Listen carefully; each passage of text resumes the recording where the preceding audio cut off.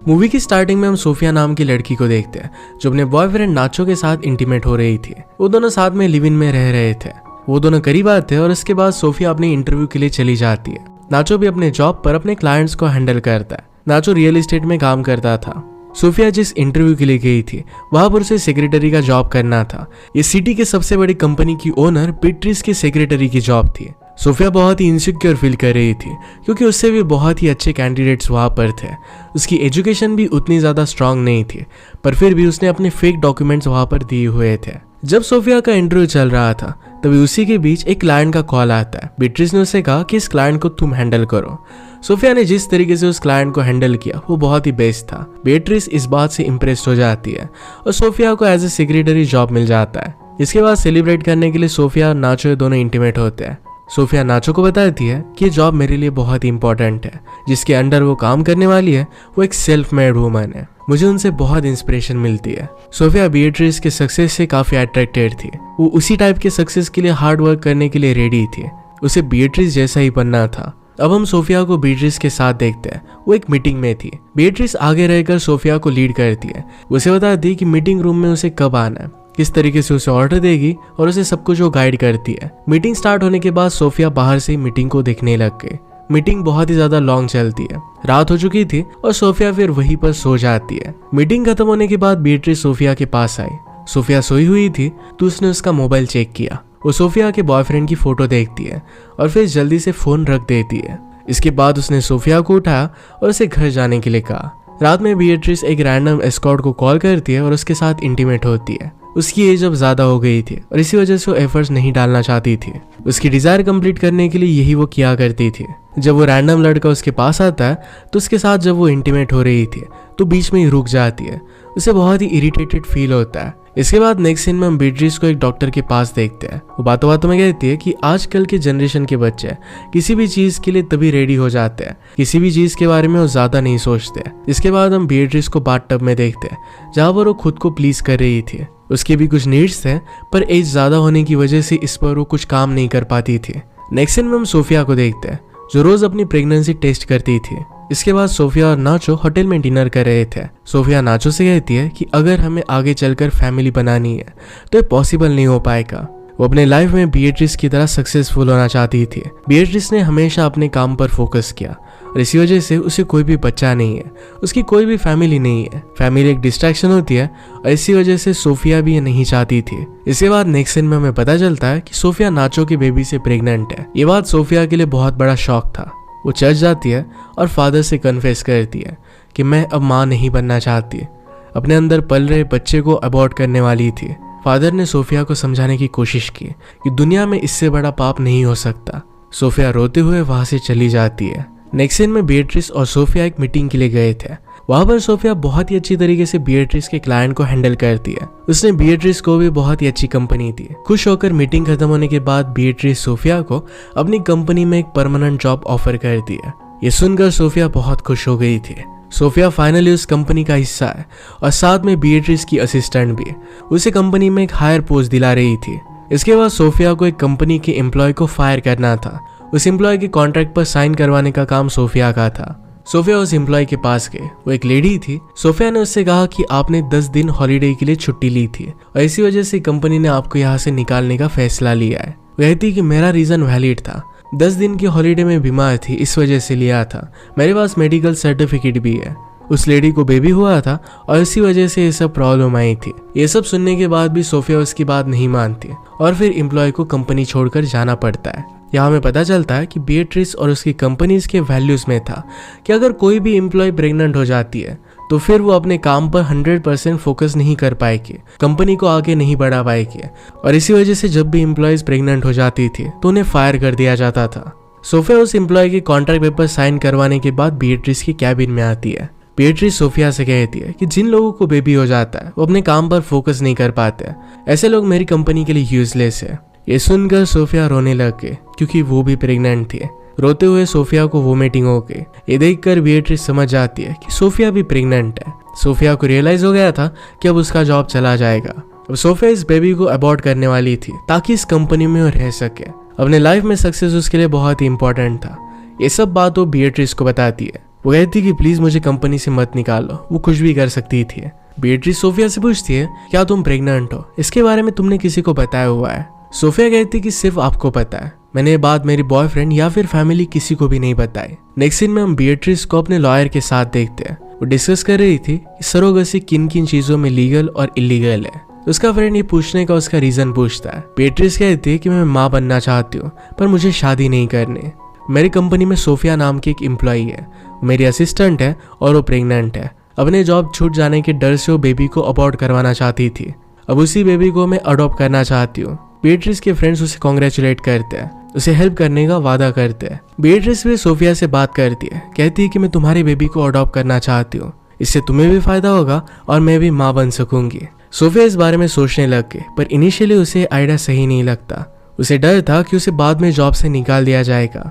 Already उसने join करने के वक्त अपने डॉक्यूमेंट्स फेक दिए थे। ये क्राइम था और इस वजह से उसे जेल में भी डाला जा सकता था। सोफिया फिर सोचती है कि अगर उसे लाइफ में आगे बढ़ना है तो उसे हार्ड डिसीजन लेने पड़ेंगे। फाइनली फिर वो बीएट्रिस को अपना बेबी देने के लिए रेडी होती है। बीएट्रिस सोफिया से कहती है कि प्रेगनेंसी के बचे हुए मंथ्स में तुम्हें मेरे साथ रहना पड़ेगा। वो चाहती थी कि सोफिया के प्रेग्नेंट होने की बात उसके अलावा किसी को भी नहीं पता चले। बीएट्रिस सोफिया के हर एक चीज का ध्यान रखना चाहती थी। वो चाहती थी कि सोफिया को प्रेगनेंसी के वक्त सभी चीजें मिले, उसकी अच्छे से केयर हो। इसके लिए अब सोफिया को अपने बॉयफ्रेंड को छोड़कर जहां पर भी बीएट्रिस कहेगी वहां पर 6 मंथ्स के लिए जाकर रहना पड़ेगा। सोफिया इस बात के लिए मान जाती है और सरोगेट मदर के एग्रीमेंट पर साइन करती है। ऑफिशियली वो सरोगेट मदर बन गई थी। सोफिया फिर नाचो से मिलने के लिए जाती है। उसे कहती है कि मुझे इस सिटी छोड़कर जरा दूर जाना पड़ेगा। 6 मंथ्स के लिए वो प्रोजेक्ट पर काम करेगी, उसके बाद वो वापस आएगी। उसे कहती कि मुझे असिस्टेंट मैनेजर की पोस्ट मिली है और सैलरी भी डबल हो चुकी है। ऐसा एक्चुअल में भी होने वाला था। सोफिया को सरोगेट मदर बनने के लिए बहुत सारे पैसे मिलने वाले थे। कंपनी में भी उसे प्रमोशन मिल रहा था। इस डील से उसका बहुत फायदा था। नाचो को सोफिया की बात अच्छी नहीं लगती। वो नहीं चाहता था कि सोफिया उसे छोड़कर कहीं पर भी जाए। वो सोफिया को जाने के लिए मना करता है, पर सोफिया ने फाइनली उसे कन्विंस कर ही दिया। बीएट्रिस एक दिन सोफिया को शहर से बाहर काफी दूर जगह पर एक लग्जरियस घर पर लेकर जाती है। वहीं पर सोफिया रहने वाली थी। उस घर को देखकर सोफिया बहुत ही अमेज हो जाती है। घर में सोफिया को प्रेगनेंसी के वक्त जो भी लगेगा वो हर एक चीज थी। सोफिया के लिए बीएट्रिस ने एक प्राइवेट शेफ भी अपॉइंट किया था। सोफिया के लिए बेस्ट फूड क्या रहेगा ये सब डिसाइड कर वही सब उसके लिए वो कुक करने वाले थे। यहाँ पर स्विमिंग पूल, सोफिया की फेवरेट बुक्स, कॉस्मेटिक्स, उसे जो जो चीजें लगेगी ये सब कुछ वहाँ पर थी। इन सब चीजों की वजह से सोफिया के अर्लियर डेज वहाँ पर बहुत ही अच्छे से वो एंजॉय करती है। सोफिया का रूटीन कुछ इस तरीके से बन गया था। सुबह उठकर प्रेगनेंसी की एक्सरसाइज करनी थी, इसके बाद पूरे दिन सिर्फ आराम करना था। हर रात बीएट्रिस उसे उसकी तबीयत के बारे में पूछती थी, क्या सब कुछ ठीक है। ऐसे ही एक वीक सोफिया बहुत एंजॉय करती है। एक दिन जब वो अपना बुक रख रही थी तब उसने रियलाइज किया कि उसके कमरे में कैमरेज लगाए हुए हैं। इस बात से वो बहुत ही सरप्राइज्ड हो जाती है क्योंकि हमेशा उसे रिकॉर्ड किया जा रहा था। रात में बीएट्रिस घर आने के बाद सोफिया उसे पूछती है, क्या तुम मुझ पर नजर रख रही हो? बीएट्रिस कहती है कि मैं ऐसा नहीं कर रही। सोफिया उसे कैमरेज के बारे में पूछती है। बीएट्रिस कहती है कि कैमरेज सिर्फ सिक्योरिटी पर्पजेस के लिए है, तुम्हारी सिक्योरिटी मेरे लिए बहुत इंपॉर्टेंट है। सोफिया कहती कि इस तरीके से सर्विलेंस में मैं नहीं रह सकती। बीएट्रिस ने कहा कि मैं उन कैमरास को हटा दूंगी। फिर से सारी चीजें अब नॉर्मल हो गई थी। सोफिया की असिस्टेंट की पोजीशन पे कंपनी में दूसरी लेडी आ गई थी। बीएट्रिस सोफिया से कहती है तुम्हें प्रमोशन चाहिए था, अब वो तुम्हें मिल चुका है। अब स्लोली बीएट्रिस का सोफिया की बेबी के लिए ऑब्सेशन बढ़ने लग गया था। हम देखते हैं कि सोफिया का सेलफोन खो गया था। वो काफी दिन से अपना सेलफोन ढूंढने की कोशिश कर रही थी लेकिन उसे वो मिल ही नहीं रहा था। सोफिया को नाचो से बात करनी थी और इसी वजह से अपने मेड से वो सेलफोन मांगती है। हैरानी की बात यह थी कि मेड के पास भी सेलफोन नहीं था। सोफिया जरा टेंशन में आने लग गई। वो सोचती है नाचो अब क्या सोच रहा होगा। रात में जब बीएट्रिस सोफिया से मिलने के लिए आई तो सोफिया बीएट्रिस को बताती है कि मेरा सेलफोन गुम हो गया है। बीएट्रिस कहती है कि कल मैं तुम्हें नया सेलफोन ला कर दूंगी। अब हम कुछ दिनों बाद सोफिया का अल्ट्रासाउंड देखते हैं। सोफिया का बेबी डिस्प्ले पर साफ साफ दिख रहा था। हम नोटिस करवाते हैं कि बीएट्रिस उस बेबी को देखकर बहुत ही ज्यादा एक्साइटेड थी। वो ऐसे बिहेव कर रही थी कि जैसे वो बेबी उससे बात कर रहा था। हम देख सकते हैं कि सोफिया से ज्यादा बीएट्रिस ही उस बेबी के लिए ऑब्सेस्ड हो गई थी। सोफिया एक दिन अपने मेड को कहकर बंगले के ऊपर वाले रूम में जाती है। वहां पर बीएट्रिस ने आने वाले बेबी के लिए कमरा बनाया था। उस कमरे में बच्चों के सारे फेवरेट खिलौने थे। सोफिया रियलाइज करती है कि बीएट्रिस बेबी के लिए कितनी सीरियस है। इसके बाद बीएट्रिस सोफिया के लिए एक पप्पी खरीद कर लेकर आती है। इससे सोफिया बोर नहीं होगी। एक दिन सडनली सोफिया रियलाइज करती है कि कुछ दिनों से मेड घर पर नहीं आई। फिर उसे पता चला कि मेड को जॉब से निकाल दिया गया है। रात में स्विमिंग करते हुए जब सोफिया ने बीट्रिस को उस मेड के बारे में पूछा तो बीट्रिस उसे सही से जवाब नहीं देती है। वो सोफिया को अपने स्विमिंग की बचे हुए स्टेप्स पूरे करने के लिए कहती है। सोफिया गुस्सा होकर पूल से बाहर निकलने लग गई। बीट्रिस तभी आकर सोफिया को एक लात मारती है और वापस पूल में गिरा देती है। उसे कहती है कि तुम्हें स्विमिंग के स्टेप कंप्लीट करने पड़ेंगे, उसी के बाद तुम पूल से बाहर निकल सकती हो। सोफिया इस बात से बहुत ज़्यादा हैरान हो गई थी क्योंकि इतनी छोटी चीज़ पर बीट्रिस को उसने फर्स्ट टाइम गुस्से होता देखा था। इस बात को इग्नोर कर देती है। कुछ दिन बाद सोफिया का बर्थडे था तो बीट्रिस को रिक्वेस्ट कर नाचो से वीडियो कॉल पर बात करने की रिक्वेस्ट करती है। बात करते वक्त सोफिया रोने लग गई थी। वो काफी समय से नाचो से नहीं मिली थी। उसे लग रहा था कि नाचो से दूर जाने का फैसला उसका बहुत गलत था। सोफिया को ऐसे रोते हुए देखकर बीट्रिस कॉल कट कर देती है। इसके बाद बीट्रिस को पता चलता है कि सोफिया ने झूठ बोलकर उसकी कंपनी में जॉब लिया था। उसके पास कोई भी डिग्री नहीं है, वो एक सिंपल से कॉलेज से ग्रेजुएट थी। इस बात से बीट्रिस बहुत ज्यादा गुस्सा हो जाती है, पर फिर भी इस बात को सोफिया के सामने एक्सप्रेस नहीं करती। उस रात सोफिया बिना बीट्रिस को बताए उस जगह से भागने की कोशिश करती है। उसी वक्त वहां पर बीट्रिस आके उस सोफिया को रो रो कर इमोशनल करती है। सोफिया फिर बीट्रिस की बात मान गई और कहती है कि वो घर छोड़कर नहीं जाएगी। नेक्स्ट डे जब बीट्रिस अपने ऑफिस में थी तो अपने टैबलेट में देखती है कि सोफिया घर से भागने की कोशिश कर रही है। वैसे सोफिया ने बीट्रिस को उसके घर से कैमरेज निकालने के लिए कहा था, पर बीट्रिस ने वो निकाले नहीं थे। इस चीज से बीट्रिस बहुत ज्यादा टेंशन में आ जाती है क्योंकि वहां के फेंस में इलेक्ट्रिसिटी थी। सोफिया की इस बात के बारे में पता नहीं था। वो फेंस के पास गई और झटका लगकर वहीं पर नीचे गिर जाती है। जल्दी से बीट्रिस वहां पर पहुंच के उसे मेडिकल हेल्प दिलवाती है। पैरेलल में हम नाचो को देखते हैं। वो सोफिया पर चीट करने वाला था, पर तभी नाचो रियलाइज करता है कि वो सोफिया से बहुत प्यार करता है, ये उसके साथ नहीं कर सकता। अब नाचो सोफिया के ऑफिस पहुंचता है। वहां पर बीट्रिस नहीं थी। नाचो सारे एम्प्लॉयज को सोफिया का एड्रेस पूछता है। एक एम्प्लॉय नाचो को सोफिया के बंगलो के बारे में बता देता है। नाचो वे सीधा उस बंगलो की तरफ जाने लग गया। बीट्रिस को जब नाचो के बारे में पता चला तो अपना काम छोड़कर सीधे अपने कार से बैंगलोर की तरफ आने लग गई। नाचो सोफिया के पास पहुंच गया। गेट पर लगे कैमरे से वो बात करने लग गया। सोफिया नाचो को पुलिस को कॉल करने के लिए कहती है। नाचो पुलिस को कॉल करने लगता है और पुलिस स्टेशन की तरफ भागने लगता है। दूसरी तरफ से वहां पर बीट्रिस आ रही थी।